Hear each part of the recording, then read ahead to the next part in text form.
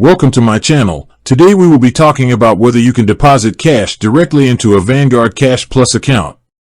The short and straightforward answer is no, you cannot make a direct cash deposit. The Vanguard Cash Plus account is not a traditional bank account, so it doesn't have physical branches or ATMs where you can deposit cash.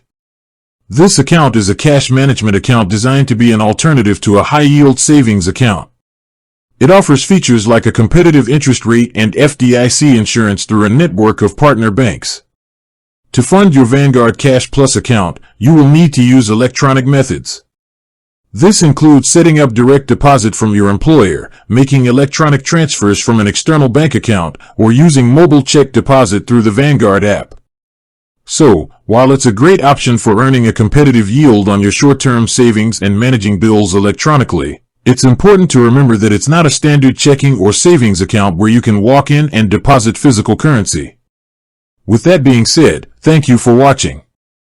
For more finance videos, kindly check my page.